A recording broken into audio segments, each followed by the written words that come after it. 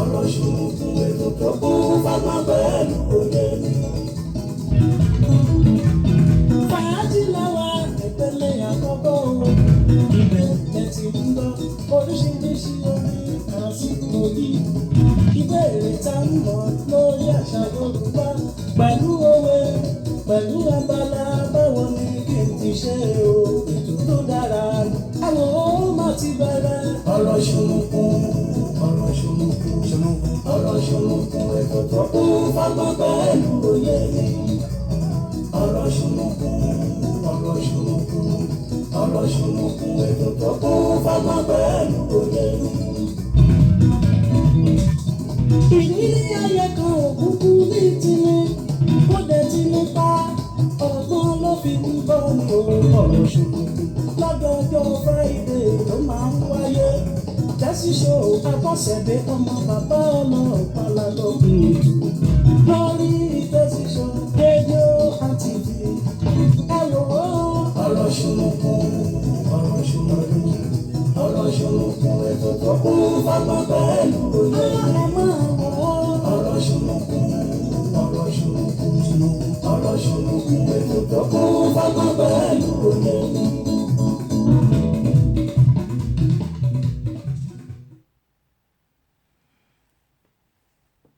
Olúwa ni ìmọ́lẹ̀ mi àti ìgbàlà mi, ta ni èmi yóò bẹ̀rù? Olúwa ni agbára ẹ̀mí mi, àyà ta ni yóò fò mí? Nígbà tí àwọn ènìyàn búburú àti àwọn ọ̀tá mi àti àwọn abínúkù mi súnmọ́ mi láti jẹ ẹran ara mi, wọ́n kọsẹ̀ wọ́n sì ṣubú.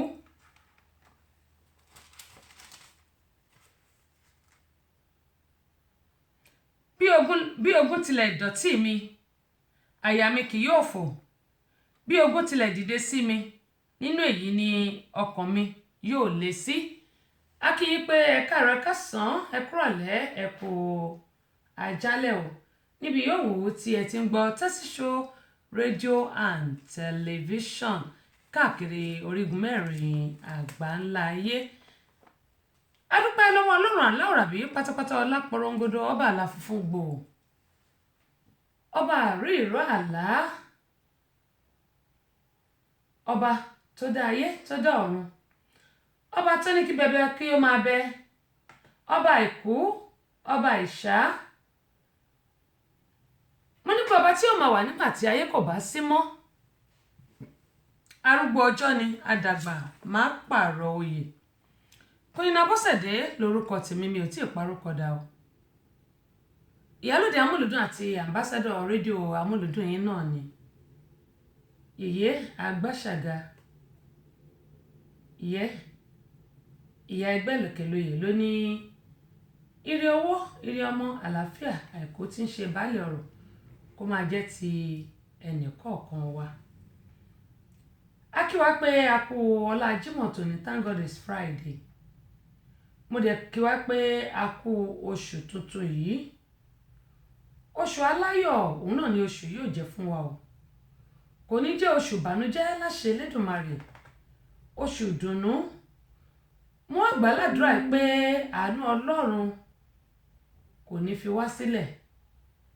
Ire owó, ire ọmọ, ìbùkún, àṣeyọrí. Iṣẹ́ wa yóò mọ́ lọ déédéé. Owó wa yóò mọ́ lọ déédéé, àtàjèrè ọjà fún gbogbo ṣòwòṣòwò láṣẹ Elédùmarè. Bàbá tí ń lò báyìí yóò mọ́ dún ni.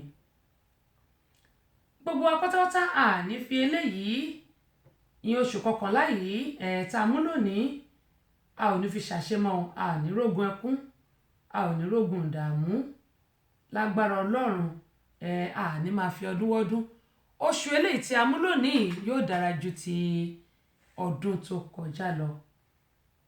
Inshallah bí ó ṣe rí nìyẹn inú àti iná.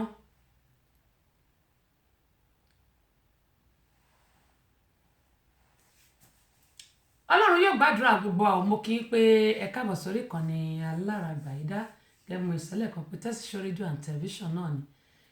Bí irinṣẹ́ bá update kò sí nǹkan tá a lè ṣe sí àfi ká ní sùúrù. Àbẹ̀kẹ́ Kẹ́hìndé mo rí pọ́n ti pè mí, wọ́n wò ó pé bẹ́ẹ̀ mi ṣe wọlé làwọn pè àdúpẹ́ púpọ̀ lọ́wọ́ wọn.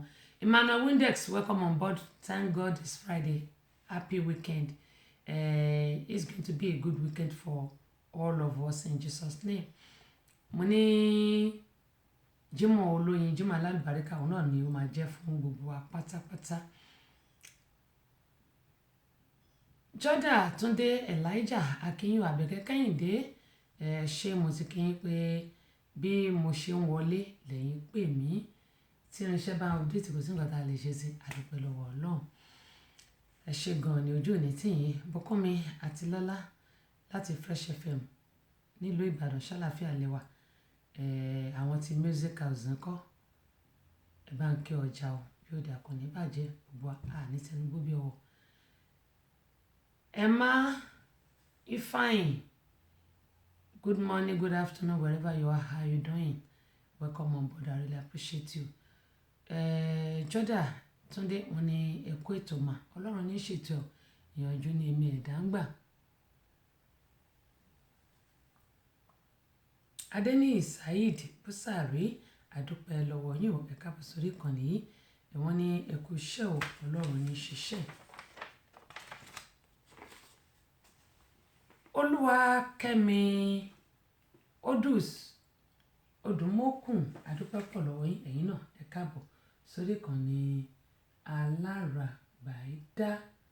Bó o ní ṣe àlàáfíà lẹ́wà gbogbo apátápátá àmọ̀rí tí ajé ṣe láṣẹ Elédùmarè àní dààmú.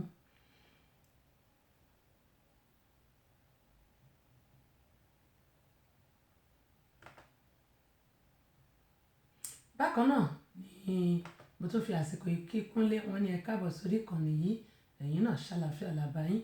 Wọ́n ní ẹ kú ojúmọ́ yín àti ẹ̀yin náà ẹ kú ìrọ̀lẹ́ o, yóò dà kò ní bàjẹ́. Kẹ́mi wọ́n ní good evening ma, ẹ̀yin náà good evening níbi tí ẹ wà, àwa good afternoon báyìí. Ṣọlá Àmọ̀yé, àdúpẹ́ pọ̀ lọ́wọ́ gbogbo yín. Àwọn tí wọ́n bá dẹ̀ kù tí wọ́n bá dẹ̀ tún wọ orí ìkànnì àmọ́ kí wọn. Bákan náà Azeez wọ́n ní ẹ kú ojúmọ́ òkun yìí, ẹ̀yin náà ẹ káàbọ̀ sórí ìkànnì yìí. Abọ́sẹ̀dé olórúkọ Abọ́sẹ̀dé di méjì wọlé rúmbà kú, wọ́n ní akọ́lá Jímọ̀, wọ́n ní Jímọ̀ lóyìn ní òjẹ́, wọ́n ní ànífílẹ̀ ṣàṣemọ̀ aláwọ̀ mi ẹ ṣé. Bákan náà Muyideen akí ẹ̀yin náà wọ́n ní yèyé ẹ káàbọ̀ sórí ètò lónìí, àdúpẹ́ pọ̀ lọ́wọ́ yín náà ẹ ṣé gan. Bákan náà ni mo kí Ọláìtàn, àdúpẹ́ pọ̀ ní ọwọ́ ẹ̀yin náà ẹ káàbọ̀ sórí ìkànnì yìí. Wọ́n ní yìnyín báyìí kí ẹni kó lè ṣe míì, ẹ jẹ́ kí a máa dúpẹ́ lọ́wọ́ ara wa ká sì máa dúpẹ́ lọ́wọ́ Ọlọ́run. Psalm tí mo kà ní Psalm 27 ni mo ní ẹ jẹ́ ká máa fi gbàdúrà fún àánú fún àwọn ọmọ wa, fún ara wa, fún iṣẹ́ wa, fún gbogbo okòwò wa, fún gbogbo ọ̀nà wa. Àánú, àánú, àánú àti ojú rere Ọlọ́run. Tá bá ti rí àánú tá dẹ̀ rí ojú rere Ọlọ́run, kékeré ni èyí tó kù.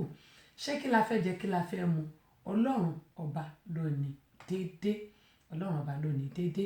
Ẹ jẹ́ ká máa gbàdúrà fún àánú àti ojú rere Ọlọ́run.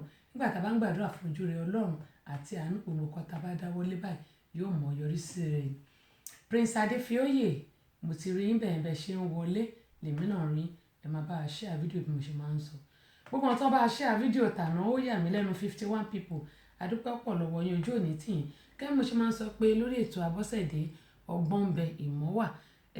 Èmi náà tí mo máa ń sọ, èmi náà máa ń kẹ́kọ̀ọ́ lórí ẹ̀gẹ́ bí mo ṣe máa ń sọ pé èèyàn kì í rìn Ìbàdàn láàrin bó bá rọ́gbọ́n kan bẹ̀ ó rí nǹkan kan dìbò ń bẹ̀ ṣáá ni.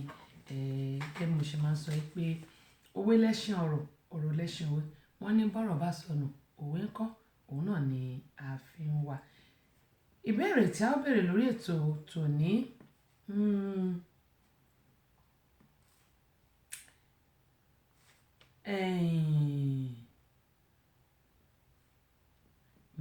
ọ̀dà ẹ jẹ́ n ṣe báyìí ná. Ìbéèrè tí a ó béèrè lónìí kò ní ju méjì lọ. Ṣùgbọ́n wọ́n ní yìnyín kẹ́ni kó lè ṣe míì. Adúpẹ́ pọ̀ lọ́wọ́ àwọn tí wọ́n fún wa lẹ́bùn lórí ìkànnì yìí, nítorí èmi Abọ́sẹ̀dé mi ò ní ya aláìmọ̀ oore mi ò ní ya aláìmọ̀ oore. Ọpẹ́ pàtàkì lọ́wọ́ evangelist Fúnmi Àràgbáyé JP ààrẹ fún gbogbo olórin ẹ̀mí nílùú Nàìjíríà lọ́wọ́lọ́wọ́ báyìí èyí tí a wà báyìí káfàtà adúpẹ́ púpọ̀ lọ́wọ́ àmọ́ lórí o. Ọláìtàn Enterprises àwọn náà ti wà lórí ìkànnì yìí pẹ̀lú mi adúpẹ́ lọ́wọ́ wọn. Bukky Enterprises adúpẹ́ lọ́wọ́ àwọn náà. Ìyábẹ̀jì Ìdòwú Mọ́túnráyọ̀ adúpẹ́ lọ́wọ́ àwọn náà. Alhaji Wasiu Ṣọlá-Àjàládé gbà lórí Ọlọ́run adúpẹ́ lọ́wọ́ wọn. Ọlátúnbọ̀sún Ọládàpọ̀ bàbá wa Ọlátúnbọ̀sún Ọládàpọ̀ aka Odídẹrẹ́ ayé kò tọ́ adúpẹ́ pé òkun lọ́wọ́ àwọn náà. Tèmítọ́pẹ́ Ọ̀tọ́gèlè adúpẹ́ lọ́wọ́ wọn. Bí mo ṣe máa ń sọ pé àwọn gèlè àràmàǹdà tẹ́ máa ń rí lórí mi Tèmítọ́pẹ́ Ọ̀tọ́gèlè ìyá ìbejì wọ́n wà ní ọjà Òjé nílùú Ìbàdàn ni wọ́n wà bẹ́ẹ̀ ni wọ́n fi ìkàlẹ̀ sí àwọn ni wọ́n máa ń ṣe àwọn gèlè tí ẹ máa ń rí lórí Àbọ́sẹ̀dé ìyẹn Queen Àbọ́sẹ̀dé. Bákan náà AMOG adúpẹ́ pọ̀ ní ọwọ́ wọn bó tètè lè jẹ́ pé bí àbá ti rí nǹkan kan látọ̀dọ̀ wọn a ó dáni dúró lórí títí wọn. Dókítà Báyọ̀nlé asọ̀rọ̀ gbogbo tẹ̀fẹ̀ tí mo ràn adúpẹ́ lọ́wọ́ wọn pé wọ́n ṣeun gan ni. Bákan náà èmi Queen Àbọ́sẹ̀dé adúpẹ́ lọ́wọ́ èmi náà. Bákan náà ni àwọn ọmọ adúpẹ́ lọ́wọ́ àwọn alágbàtà tí wọ́n jẹ́ alátìlẹyìn fún wa lórí àwọn iṣẹ́ tí a ṣe tó wà ń ta lọ́wọ́lọ́wọ́ báyìí. Gẹ́gẹ́ bí mo ṣe máa ń sọ wípé àwọn iṣẹ́ yìí àwọn bí tẹ́ ti lè ríra òun ni eléyìí tí wọ́n dẹ̀ jẹ́ alátìlẹyìn àti alágbàtà wa. B& Sons Communication wọ́n wà ní number 17 Mojiyan House opposite Akínwálé Ẹlẹ́ja ní Mọ́nàtán nílùú Ìbàdàn náà ni wọ́n fi kalẹ̀ sí. Bákan náà olóyè Kọ́lá Balógun Kọ́lá Oil ààrẹ fún gbogbo ẹgbẹ́ Runner Fans pátápátá tí èmi Àbọ́sẹ̀dé tí mo jẹ́ ìyálóde wọn. Wọ́n wà ní Mọ́níyà Garage nílùú Ìbàdàn náà ni wọ́n fi ìkàlẹ̀ sí. Alhaji Wasiu Ṣọlá-Àjàládé gbà lórí Ọlọ́run bá mi ní ẹni kan ìní ṣáṣá nílùú Ìbàdàn ni àwọn fi ìkàlẹ̀ sí. Kò sí nǹkan tí ẹ lè rí rà lọ́dọ̀ wọn ẹlẹ́rìndòdò ni torí gbogbo àwọn ẹlẹ́rìndòdò tí máa ń mu ọ̀dọ̀ wọn ni mo ti máa ń rà. Àwọn kì í ta gbàrọ̀gbòdo ojúlówó ọjà òun náà ni wọ́n ń tà. Ẹ fẹ́ ra ọ́ìlì ni ẹ fẹ́ ra àwọn snacks ní àwọn nǹkan ìpanu tàbí ẹ fẹ́ ra àwọn orin oríṣiríṣi tó jẹ́ ti wa tó jẹ́ ti gbàlódé ẹ lè ríra lọ́dọ̀ wọn àti àṣà ilé wa tí èmi Queen Àbọ́sẹ̀dé tí mo ṣe ó wà lọ́dọ̀ wọn ń bẹ̀. Wọ́n tún ta gas èyí tá à ń pè ní pẹtiró tẹ́ bá dọ́dọ̀ wọn ń bẹ̀. Wọ́n ní mini market lọ́dọ̀ wọn ń bẹ̀ tó jẹ́ pé oríṣiríṣi nǹkan lè lè ríra ní ọ̀dọ̀ wọn. Bákan náà Àbẹ̀kẹ́ Kẹ́hìndé àwọn wà ní Maryland ẹ lè rí àwọn iṣẹ́ ìrà lọ́dọ̀ wọn bí mo sọ $10 ní $10 náà ni èmi náà ń ta lọ́dọ̀ tèmi náà ń bà. Èmi Queen Àbọ́sẹ̀dé náà ẹ lè rí àwọn iṣẹ́ yìí ẹ lè rà lọ́dọ̀ mi. Ẹ ṣe one both audio and video CD Káyọ̀rójú wà lọ́dọ̀ tèmi bíbá yìí. Bákan náà Àṣà Yorùbá both video and audio CD wà lọ́dọ̀ Àbẹ̀kẹ́ Kẹ́hìndé náà àti ẹ ṣe one audio and video CD. Bákan náà ẹ lè rí Yorùbá ni ẹ lè rà lọ́dọ̀ ó wà lọ́dọ̀ èmi náà. Bákan náà àwọn iṣẹ́ tí mo sọ yìí wà lọ́dọ̀ mi. Tayo Stores number 1 Ajibelewo ní ìlú Abẹ́òkúta ó wà níbẹ̀ lókè Àrẹ́gbá. Ẹ tún lè rà lọ́dọ̀ bàbá wa Sofeco Alàgbà Festus wọ́n wà ní opposite Queen Cinema ní Èkó Tẹ̀dó nílùú Ìbàdàn àwọn ibi tíṣà yìí wà ní. Ẹ lè rà lọ́dọ̀ Vicky Ọmọ Jésù nílùú London ó wà níbẹ̀ ìyẹn video and audio CD Àṣà Yorùbá ló wà lọ́dọ̀ tiwọn.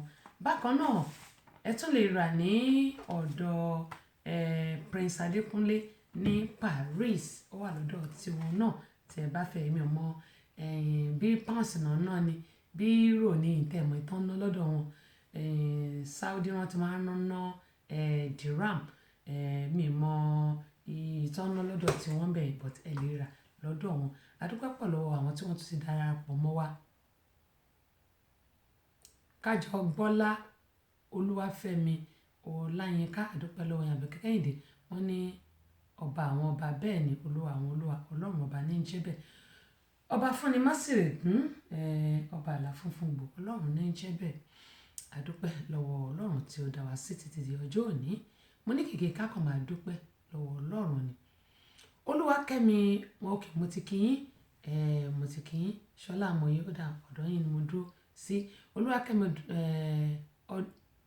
Odus wọ́n ní looking fresh àbí nígbà bá ti wẹ̀ tá a ti fún mi ó tẹ̀ ti lè jẹ́ pé òtútù ó mú ṣégè láti alẹ́ àná ṣùgbọ́n a dúpẹ́ lọ́wọ́ Ọlọ́run Olúṣògo Káyọ̀dé tí wọ́n sọ pé 35 degree ni wọ́n ní lánàá ìgbà tí mo máa fi ṣe tán bíbáyìí lọ́dọ̀ wa it was 30 to 32 degree ní lọ́dọ̀ wa mi mọ̀ pé òtútù mú báyìí mi ti ẹ̀ sọ pé ooru ló mú lọ́dọ̀ wọn lánàá mi mọ̀ pé òtútù mú báyìí ìgbà tí máa fi bọ́ tàbá mo ní kábíyèsí rẹ̀ Olódùmarè kò ní gbòdì lára wa o kò ní gbòdì lára wa ẹ jẹ́ ká máa lo vitamin C at least 1000 milligram lójoojúmọ́ ó ṣe pàtàkì torí àwọn èèyàn wọ́n máa bẹ̀rẹ̀ sí pẹ̀ṣẹ̀pẹ̀ṣẹ̀ ikọ́ gbogbo ẹ̀ ó máa bẹ̀rẹ̀ sí pọ̀ ń ta ní sí ó ti wà ṣùgbọ́n ó máa bẹ̀rẹ̀ sí kọ̀ sí nítorí wẹ́dà tá a wà inú bẹ̀ wá vitamin C àti multivitamin ẹ jẹ́ ká máa lò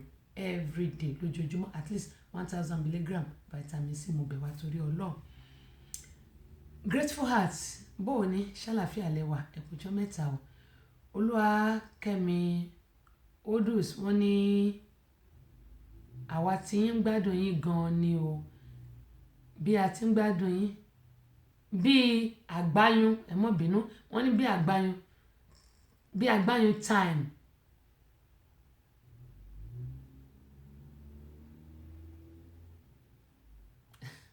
l'Ógbómọ̀ṣọ́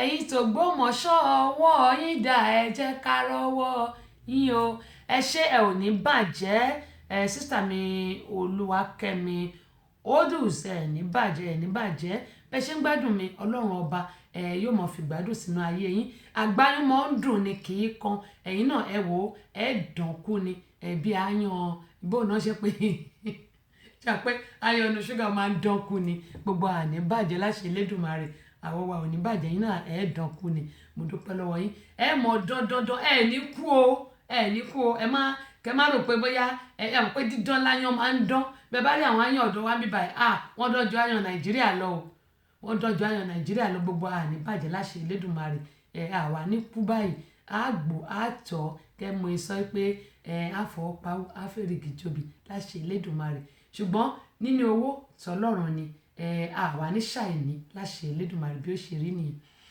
Ọ̀túnba Agboola àdúpẹ́ lọ́wọ́ yín Olúwakẹ́mi wọ́n ní àti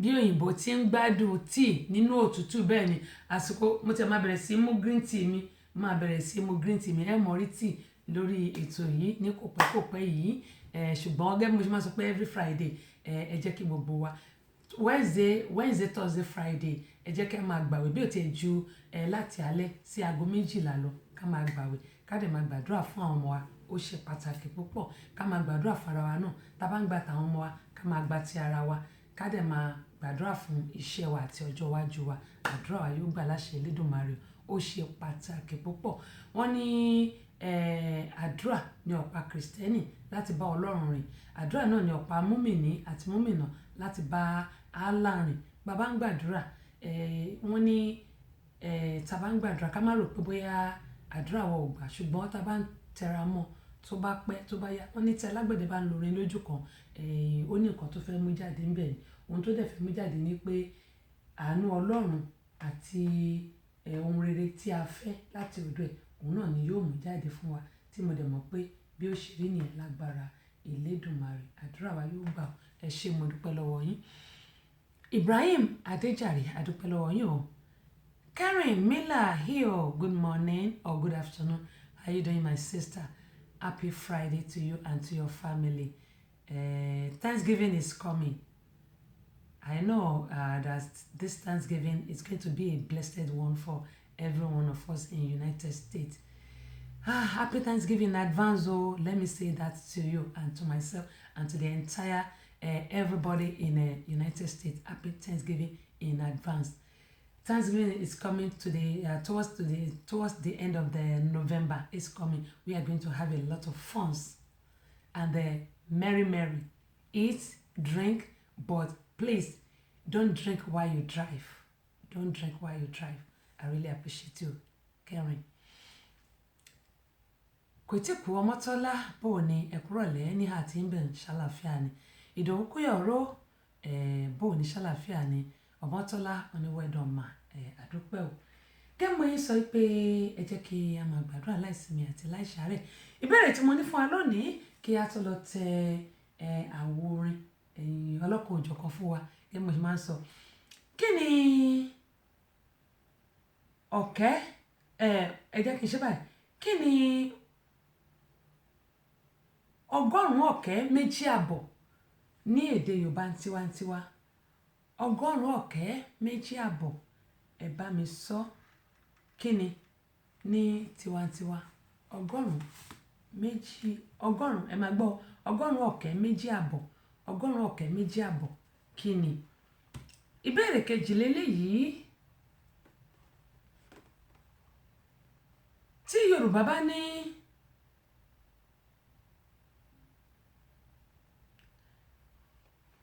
tí n bá ní sọ eléyìí méje la gbọ́dọ̀ sọ ṣùgbọ́n ẹ má jẹ́ ń gbé wa gba ibẹ̀ yẹn.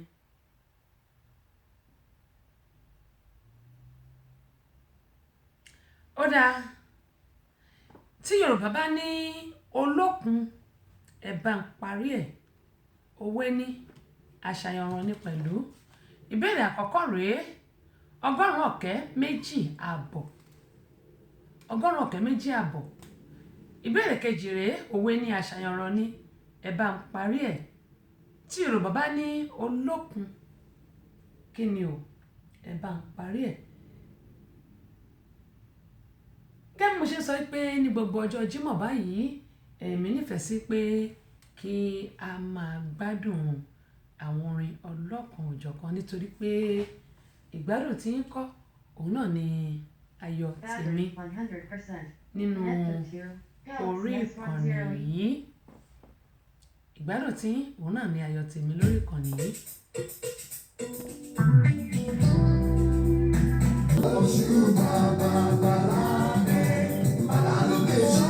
Bẹ́ẹ̀ ni mo ní oṣù bàbàbà òun náà ni a wà yìí. Àdúrà náà ni ó yẹ kí gbogbo wa máa gbà. Gbogbo àdúrà tó wà nínú orin yìí mo gbà ládùúrà pé yóò jẹ́ tiwa láṣẹ Elédùmarè.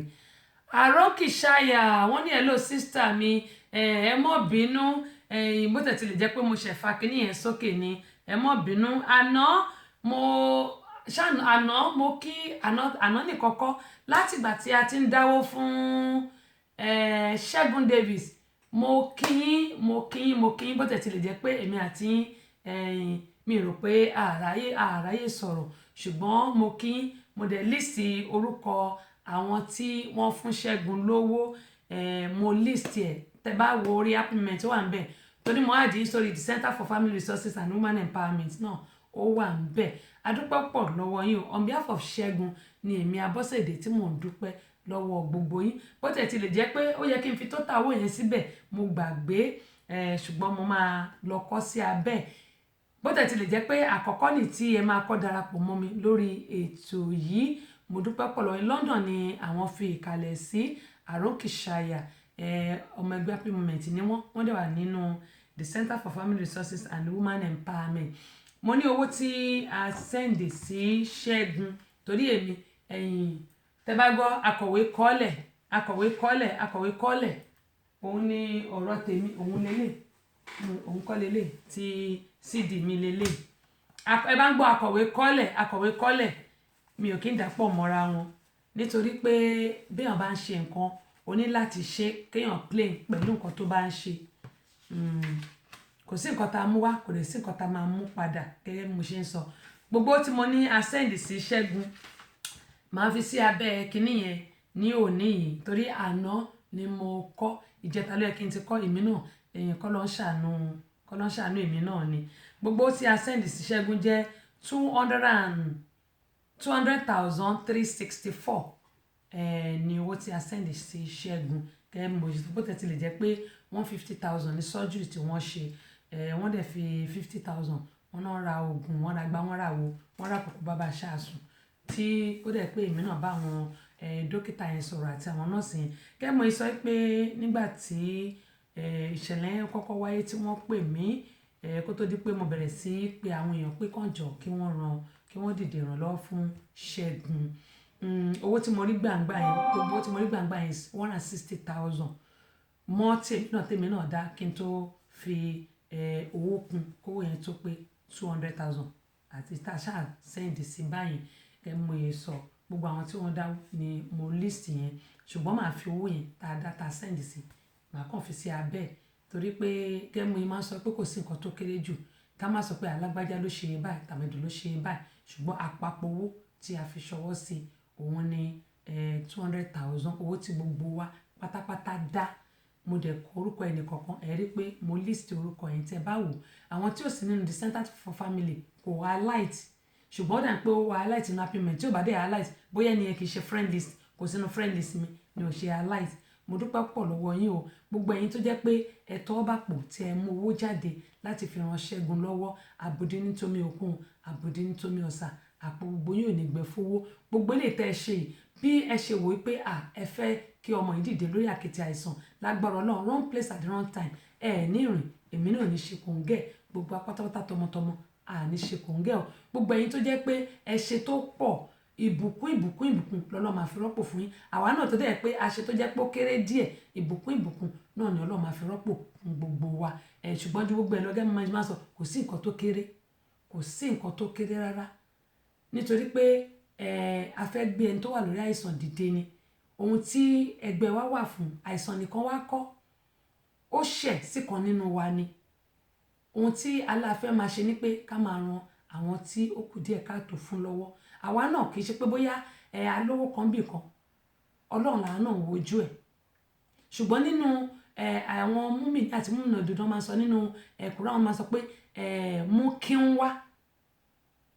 wá nínú ohun tọ́lọ́run fún ẹ bíbélì náà máa sọ pé mú kékeré wá nínú ohun tọ́lọ́run fún ẹ kó fi ṣèrànlọ́ ìbàjẹ́ $1 máa ń sọ ìbàjẹ́ $1 owó ni ṣé rí àwọn tá à ń ṣe fún bí wọn bá sọ̀rọ̀ ẹlẹ́dàá wọn a máa ṣe àdúrà ẹni tó bá dẹ̀ sọ pé ẹ ṣe fóun ẹ̀yin ẹ fi sílẹ̀ ṣe bí ogún yín lẹ mú jáde tí ẹ fún ẹni yẹn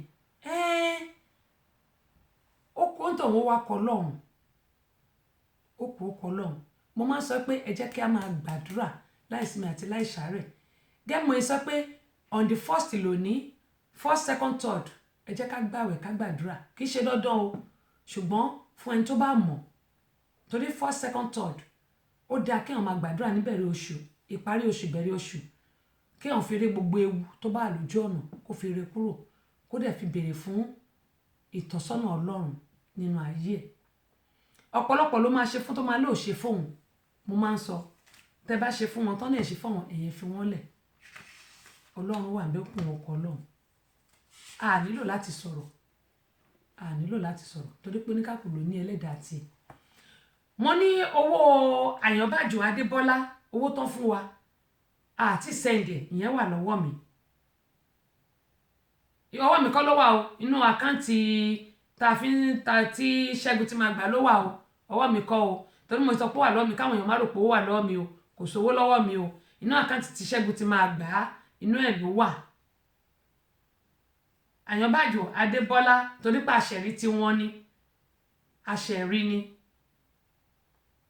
àṣẹ̀rí tí wọ́n ní bákan náà Ọlárìndé Abọ́sẹ̀dé mọ́mí Chelsea ìmẹ́ni jẹ́bẹ̀ ṣùgbọ́n Ọlọ́run mọ̀ wọ́n àwọn méjèèjì àwọn àti Àyànbájò Adébọ́lá àṣẹ̀rí tí wọ́n ní gẹ́mú sọ kò dẹ̀ tí tó nǹkan tí wọ́n pé wọ́n máa ná lójúmọ́ òun ni ò tí jẹ́ kí Ṣẹ́gun gbà yẹn tó bá ti tó nǹkan tó máa ná lójúmọ́ ìyàwó ẹ̀ á lọ withdraw ẹ̀ á gbà ìyàwó ẹ̀ á gbà ṣùgbọ́n kò tí tó nǹkan tí Ṣẹ́gun lè gbà ẹ jẹ́ kí n sọ lẹ́yìnbó nítorí Karen this is what I'm saying we have a non-profit organization that is helping people that are less privileged those people that they are less privileged they don't have anything in one way or the other or they are homeless or maybe they are encounter one problem or the other we are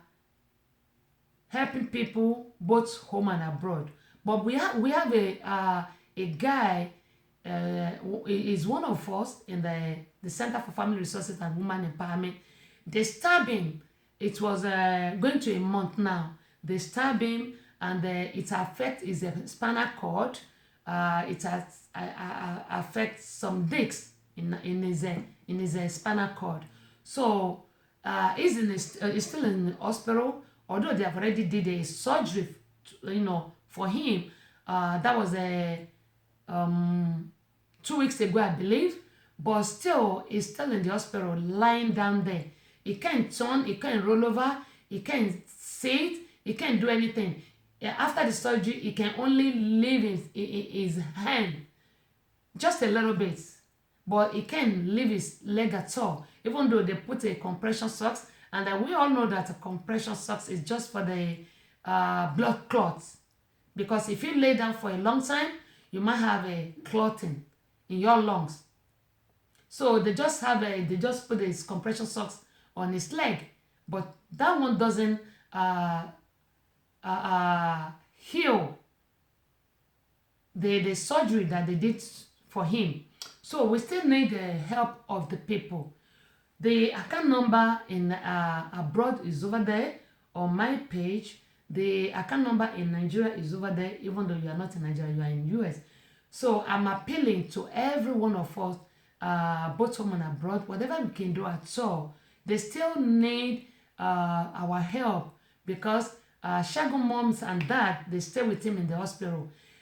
His wife just gave birth not long ago. It's over 3 weeks that the wife gave birth, going to a month also. So the wife cannot work as at now. She's still home with a new baby, and that they are going to eat. She don't have a work. The mother that's supposed to help them, she's the one staying in the hospital with the dad. Both of them are staying in the hospital to help Segun in the hospital, because he can't turn, he can't do anything. If Segun wants to peel, he peel on the bed. If you want to toilet, he did everything on the bed. So we are appealing to every one of us, whatever we have, nothing is too small. I always say it, nothing is too small. The good deed that we are doing is going to follow us. And for me, I choose a good deed. I'm appealing to every one of us. That's what I'm saying. It's still on my page. It's still on the Center for Family Resources. I haven't added you, Kenny, but I'm going to add you to the page. So it's still on my page. You can scroll down. You see there. Segun David is still in the hospital. Please, we are begging everyone. We are appealing to you. Whatever you have, please. Nothing is too small.